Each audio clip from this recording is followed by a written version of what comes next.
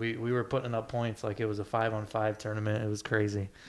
There really was only one other team that was competitive against us, and definitely gave us a good game. And the person actually ended up being Darrell Henderson's brother, Kobe. And Darrell was just here last week talking about him too. Yeah, I went and sent him a little message afterwards. I said, here's a little picture of this, and definitely go and rub it in. That's awesome. What about you? How was your weekend and week? Busy, very busy workflow. Other than that, not too much sports for me. Mother's Day special at the Georginas. At Georginas, oh yeah. Crazy. Only 600 people, nothing too goodness. big, So that was our week. No time for sitting then. No. On the This go. is the first time I sat down all weekend. That's for sure. Dang. All right. And moving along we're going to bring our guest on. It is not Darrell. Chris That was Prescott. last week. I know. I'm a week behind. Chris Prescott. He is a basketball player. How you guys doing? How you doing? Good, man. Thanks for having me. Yeah, thanks for coming on. So tell us a little about yourself. I'm from Bloomfield originally. Grew up there. Went to Northwest Catholic High School. Loved it. Still go there. Just came from there working out. After that, I went to St. Joseph's University. Played there for 2 years. Transferred because it's a family. Not issues. My mom had a heart transplant, so I wanted to be closer to home. But everything worked out. So I ended up transferring to St. Peter's University's in the MAC conference. Finished there in 2013. And played my first year professionally last year. And looking to go pretty soon again. That's awesome. Where'd you play professionally last year? Last year I played in Panama. I played with the national team. And that's what put me on really to play with in the league there, and in other markets as well. I went to Mexico with the national team, played in a tournament in Panama with the national team. So I had goals to get there. Yep. It's right after college, and I got there, and it's going well. So that's great. Did you play with any notable stars while you were down there, or run into anyone that kind of? Even coach-wise? Yeah, even coach, yeah. Yeah, like random people. Like for instance, we went to there was a tournament in Panama and Puerto Rico played. Like JJ Barea was there, he played, and like just to see him play like live. Yeah. He's like the tiniest guy on the court always, but he always is playing the hardest. That just was good to see. So I can, compare myself to something like that. That was good. How small is he actually? Oh, he's tiny, man. He's like 5'6". Yeah, I'm gonna say like 5'7" at most. Dang. Wow. But he's the strongest guy on the court. I'll take him over anybody. Like, he's just so built and solid. Yeah. Quick, can finish over anybody. So, yeah, he's a real pro.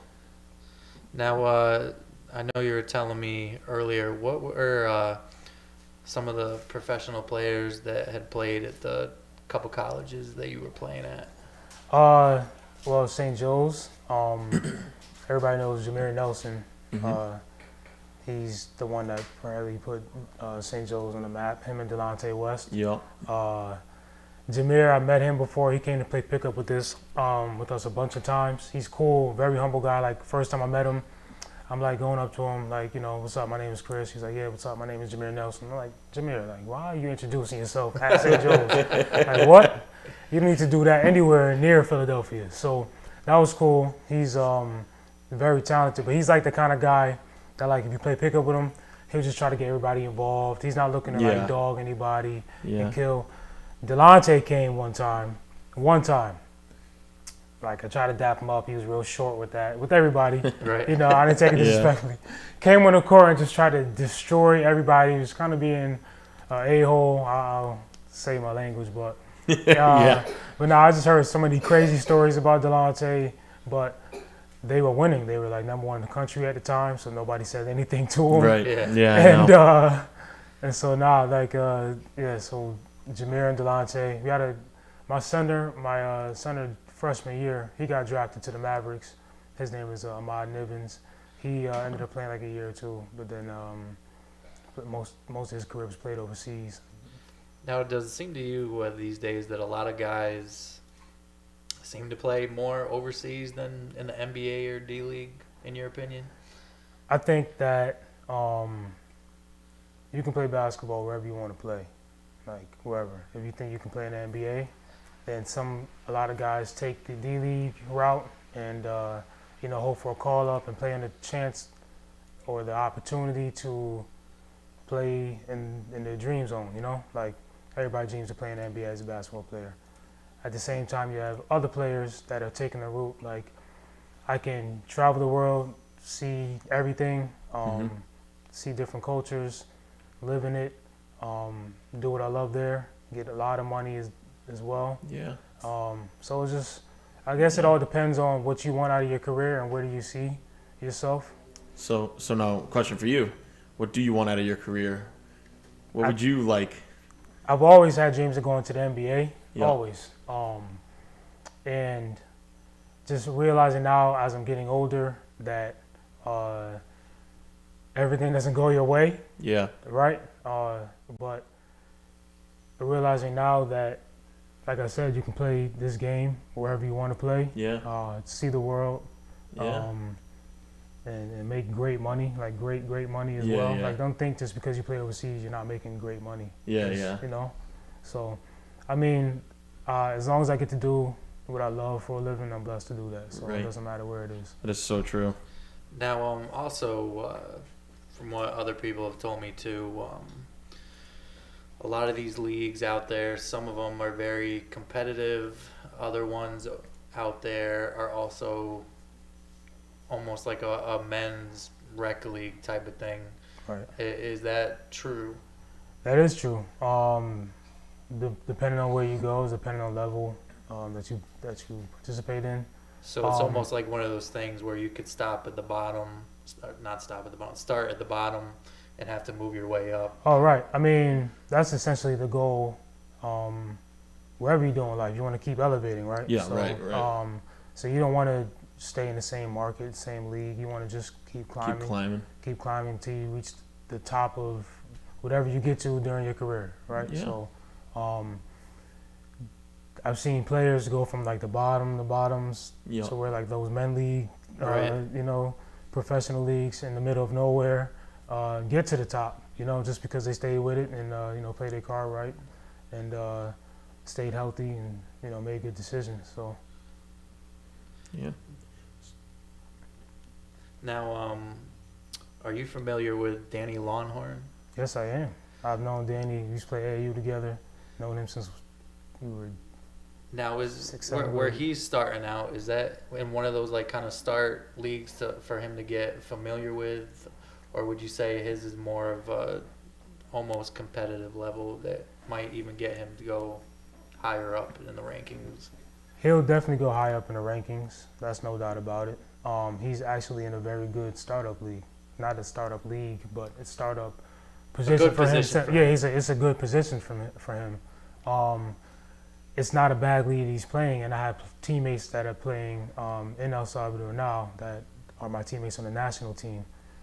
So they're very good players. So for them to play in it, I know the level of player they are. Danny is. So it's a good league. Yeah, He'll climb up though.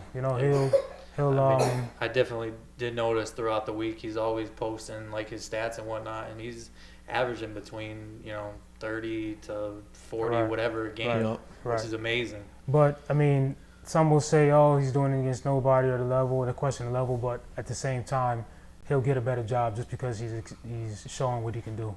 Right, and even a prime example of that is Doug Wiggins. I mean, he was supposed to be done where he was playing at for a while now, and a few days before he's supposed to come home, he's going somewhere else and playing Right. the season. Right. Yeah. And from somebody that's watched that hands-on, like being a part of his journey, he's like my brother. He is my brother. For him to be where he is now, it just keeps me going. Stuff Yeah. like that. Just I've been with him in the gym for years, waiting on that one opportunity to get where he's at now. Right. So to see Right. that keeps me going. It should keep everybody going. Like no Yeah. matter, no matter where you're starting at, no matter where you think you can go, the odds are against you, whatever. Just if you keep grinding and you stay positive, you never know what can happen. Yeah.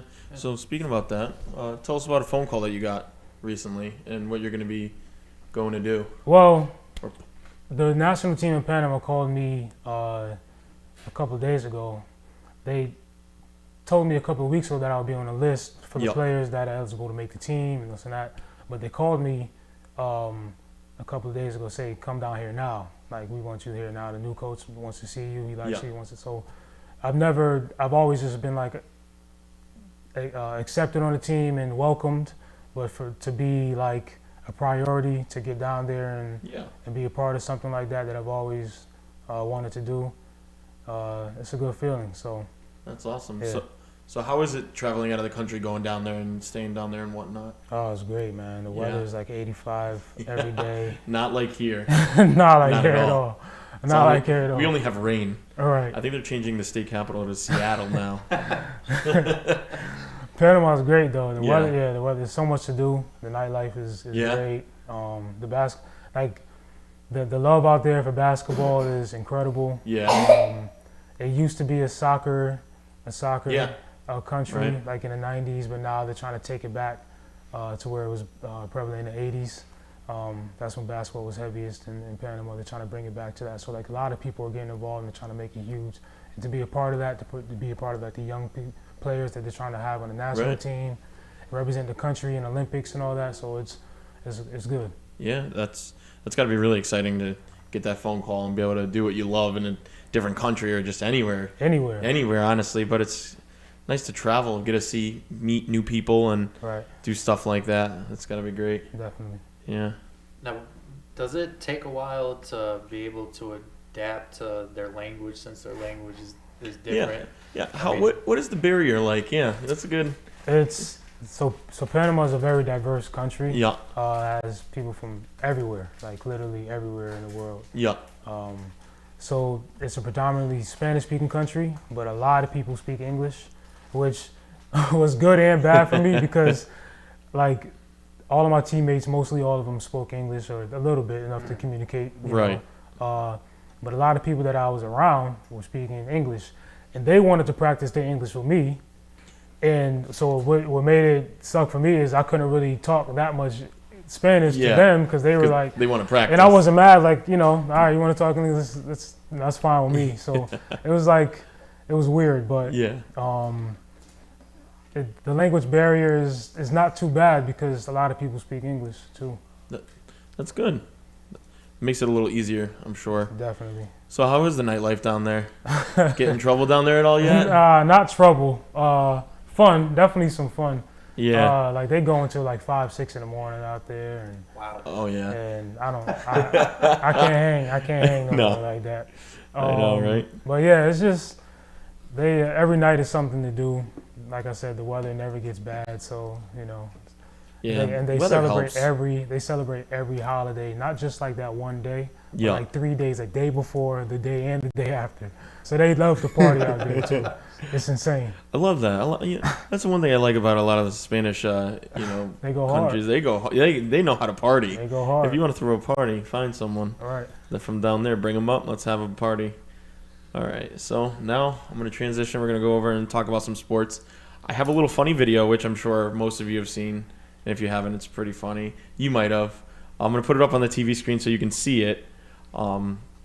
Here you go. It's Draymond Green during his press conference. You seen that? I saw that. This is just hysterical. Honest, I really can't complain. He is just he's out. I was kind of I was a little down when I found out I was injured and I had to have surgery again. I love it.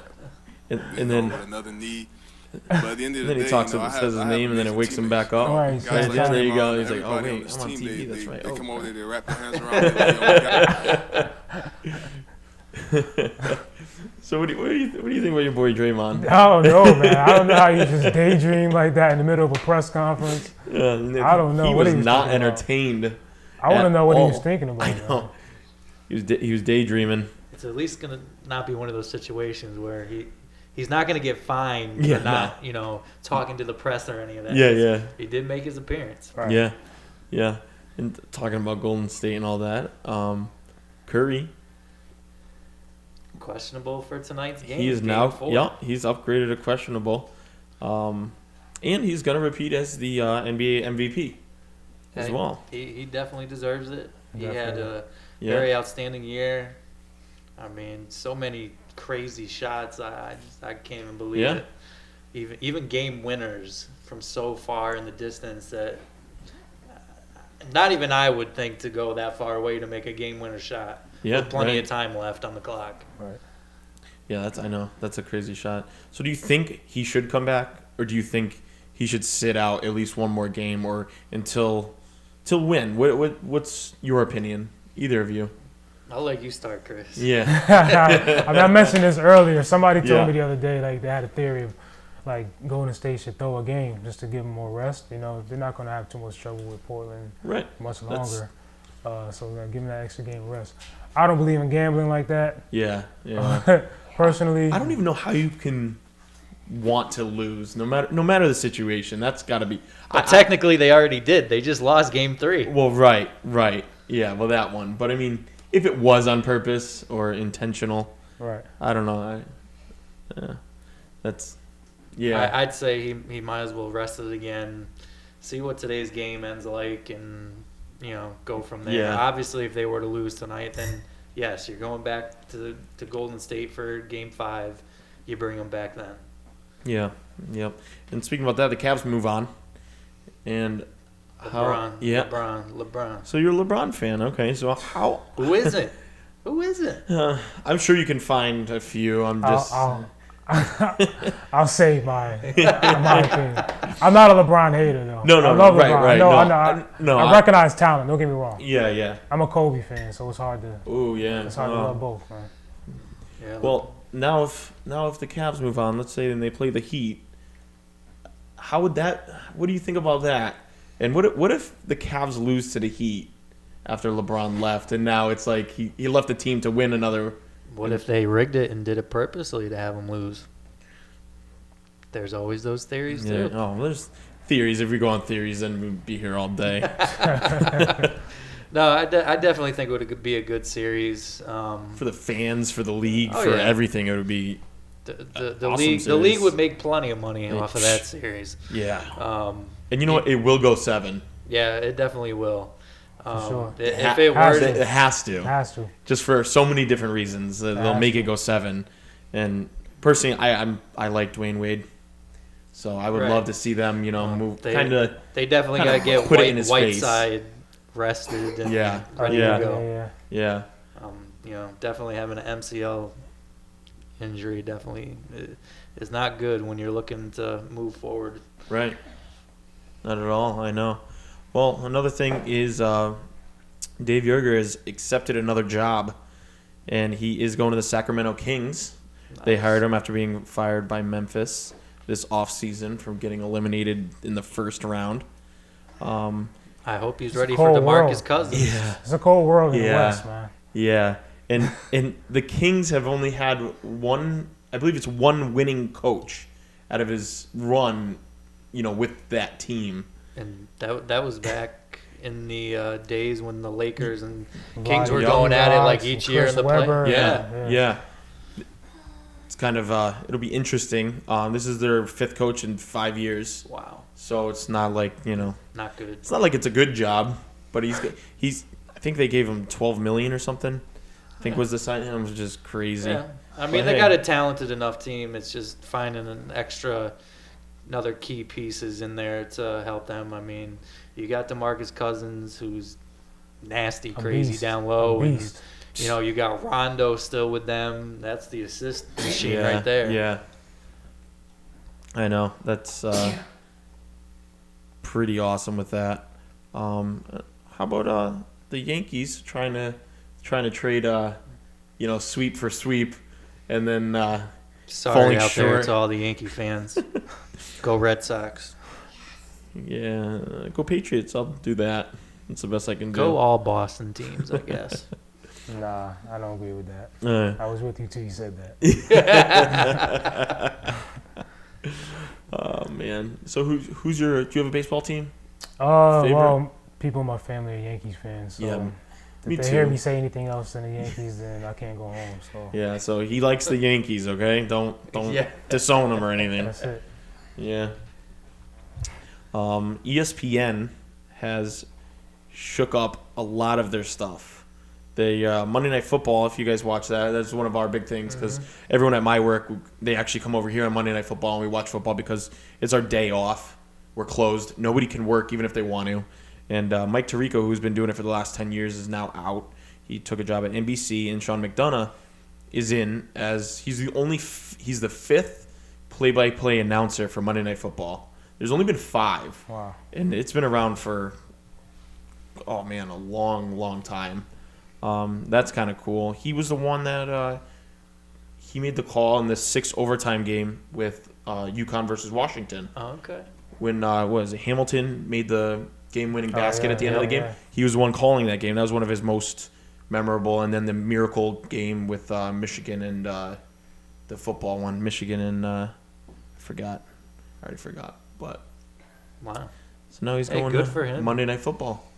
So Between him and Strahan and yeah. just so many changes all over the place. Well, there is because you know what, and I should have told you so you could have wore your Randy Moss jersey. I don't know if you saw that. ESPN now they're parting ways with Ray Lewis and Chris Carter. They're gone, and they're Really? bringing Randy Moss on. Really? Yeah, That's Wow. which I love Randy. Honestly, Yeah, I really like Moss. Randy, but I really like Chris Carter. I'm really kind of sad to see him leave, especially if that means he's off Mike and Mike in the morning, which is he's always very entertaining with them. Right. But it was after he told some college kid that got drafted that he has to find a fall guy in case he gets in any trouble. And so ESPN kind of has had enough of Yeah. that. So They definitely don't tolerate anything anymore. No. No. They're also bringing on Matt Hasselbeck because he's retiring, and Charles Woodson, which I think is awesome. Charles Wow. Woodson he's a character and a half. Wow. But so who knows? Maybe we should apply. Yeah. I mean, why not? they're taking everybody. Yeah. I mean, maybe I could intercept Hasselbeck's job. Yeah. I mean, why it's kind of not? like if he's playing, you know. Right. But moving on with football too, is Peyton Manning visited the Dolphins, which you think it's weird, right? But his old offensive coach was Adam Gase, and now he's down there, so it kind of did him a little favor. Went to visit his old offensive coordinator, and also showed Ryan Tannehill a few things and talked to him. Try to Definitely could have some more rumors in the making, I guess. yeah. You know, we go from he's probably going to be working at ESPN, Yep. getting a house in West Hartford here. Yeah. I heard that. Yeah. Now all of a sudden he's visiting in Florida, so now it's going to be, is he going to become part of the coaching staff for the Miami Dolphins? Imagine him in Connecticut. You know, it's not no Southern hospitality here. That's all I'm saying. Unless he's planning on hanging out in Blueback Square, I guess. Yeah, they're still not that Cheesecake nice. They just Factory. have money. Yeah. True. But I mean, I'd like to see Manning even be a GM for a team, or They might as well take let him over, go give him a franchise. have him be a GM for the Colts then. That's Yeah. where he started his career. I mean, look at KG. He's now back in Minnesota. And Yeah, he eventually wants to, be part of that whole game with them as well. yeah. I mean, just like in Denver, John Elway. Yeah. He's there running the John team. Elway, He yeah. won him a championship. Right. I mean, if the job opens, I'm sure they'd offer it to him, but I don't think Indy would get rid of. No, probably not. He'll Yeah. have to start off with a team that's probably not. Yeah, like the That Dolphins. Yeah. Who owns the Dolphins? Is it still Mark Anthony? And it's like 5 owners, right? 5 owners. Isn't it something like that? Yeah. Yeah, probably. I mean, look at Magic Johnson. He's part owner of the Dodgers, and I guess he wanted to be part of the owner of the Rams too. But Isn't that insane that you get paid so much that after you can own a team, Yeah. not just run a team, Michael Jordan? just buy it. Well, yeah, but if you look at Michael Jordan, I bet you most of his money, and I'm not sure, but I bet you most of it was from sponsorships more than his Endorsements, Yeah, yeah. endorsements. Thank you. I couldn't even think of the word. Yeah. His shoes alone could probably buy a team. Yeah. You're right. A couple. Yeah. Hey, that's good thinking for go into the football industry. I mean, they want to open up to over in Europe Yeah, and everything they- else. I mean, I know. My damn friend Don wants to go to the Giants game in London. I'm like, I mean, I would never pay that much to see Eli throw interceptions and lose a game, No. but in the fourth quarter. But I mean, that's also coming from a Patriots fan. Thanks, Gronk. So actually, kind of backtracking a little bit. Yeah. What was your transitioning like going from high school level ball to college level when you first started? Was it a hard transition, or did it seem somewhat easy? The hardest transition was like the speed of the game. That's it. It's like everything you do in high school is like at your own speed. You can get away with it. You are forced to play a different speed when you get to that level because everybody's the best athlete in their school, in the town. Much So faster. Everybody's fast, quick, tall, can jump, everything. So you have to specialize in a few things to be successful, honestly. What do you specialize in? What's your position too? Well, Because I don't think we talked about that. for St. Joe's, I play combo guard, which is one of the two, which is like my natural position. Yeah. Professionally, I play point guard. Okay. I played shooting guard and point guard last year professionally. Man, whatever buys me time on the court is Yeah, you'll do anything. I'll do yeah. it, So Yeah, I just try to stay sharp at a lot of different things and just whatever Yeah. I'm asked for to do, I'm ready. I don't blame you. Like when I played hockey, okay, we needed a goalie. This is roller hockey, and it's like a cheaper way to play hockey, and so they needed a goalie. So you know what, you get to play for free if you're a goalie because they're hard to come around. So I'm like, yeah, I play goalie. You have pads I can borrow? So I threw on pads and we played and we actually won the championship that year. No kidding. Yeah. Not because of me. I was about to say, No. That we had good scorers. They bailed me out. Let me tell you, I was just big. I was the biggest kid on the team, so put the fat kid in the net. Yeah. There's less to shoot at. I mean, yeah. But hey, anything to get you time Anything to is, get you time, is right? what I did. I Right. would same thing. Not not nearly at what level you were at, but Right. just to do what you love and get on there and play. That's another point. Like Yeah. in college, you might have been recruited to do something, or you thought you were recruited to do something, Yep. and then you get there and you're like, all right, well, we need you to do this on the opposite end of the floor. You're like, oh, okay, Yeah.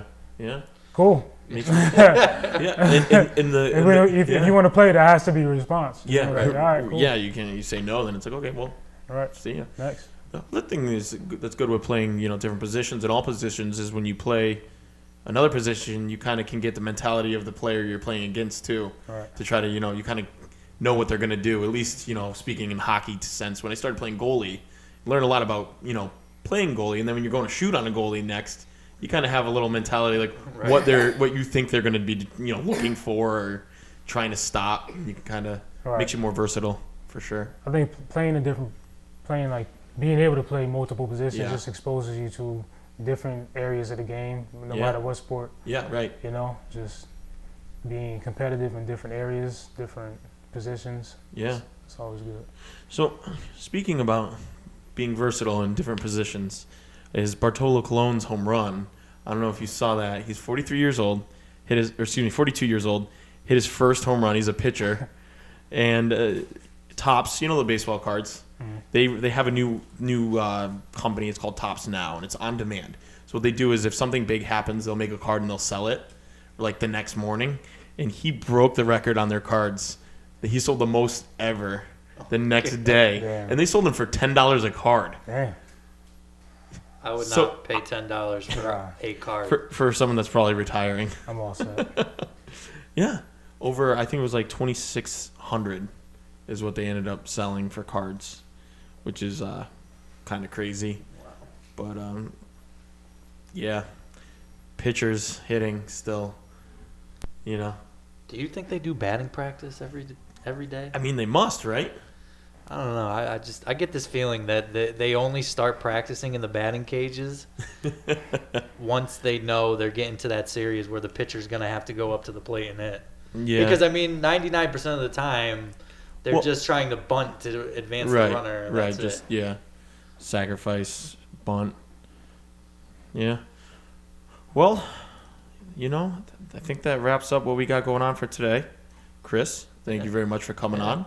No problem. man. I do have to say one thing before we yeah, go. please do. I did have the pleasure of playing with Chris this past fall, and now that he's going to be going overseas, definitely was an honor to be able to play with you. You definitely notice you're one of those players that's very, very patient, and I know a lot of other guys have mentioned that too. And very, very humble too. Right. I must say. In any circumstance, Chris would get the ball and just like kind of look around and see what was best to do at that time. And you get a lot of guys that they get the ball, they want to rush and do whatever. But yeah, I definitely had a fun time playing with you this fall. I appreciate it, man. That means a lot because at one time I was just get it and go, and but like taking strides every day, like stuff like that. I work on stuff like that. So to hear that, being noticed, that's good. Yeah, I appreciate that, man. It was a pleasure playing with you too. Definitely. A pleasure being here. Yeah, thank you. And now who knows when the next time is? So. Yeah, maybe we'll have to get you back when you come back and tell us about your time down there. Maybe we'll get some video clips of you down there. Whenever I'm here, I'm coming. That'll be awesome. And so everyone knows at home, next week we do have a hockey player, something more in my wheelhouse. It's Samuel Gonzalez. He'll be coming out and showing us, what he does. He used to play high school and was really good. And you'll hear his story next week, so you just got to be here for that. No cheating. Other than that, thank you all for watching. Sorry for the delay for a 7:30 start. Yeah. Next week we'll make sure we get back on track for 7 o'clock. Yeah, we'll be on track 7 o'clock. And look on the YouTube channel. Don't forget to subscribe down below. And you'll see a 3-point little challenge that they did earlier. That's kind of why we started a little late. So that'll be up there. All right. Thank you all for watching the Stephen J. SportsCast.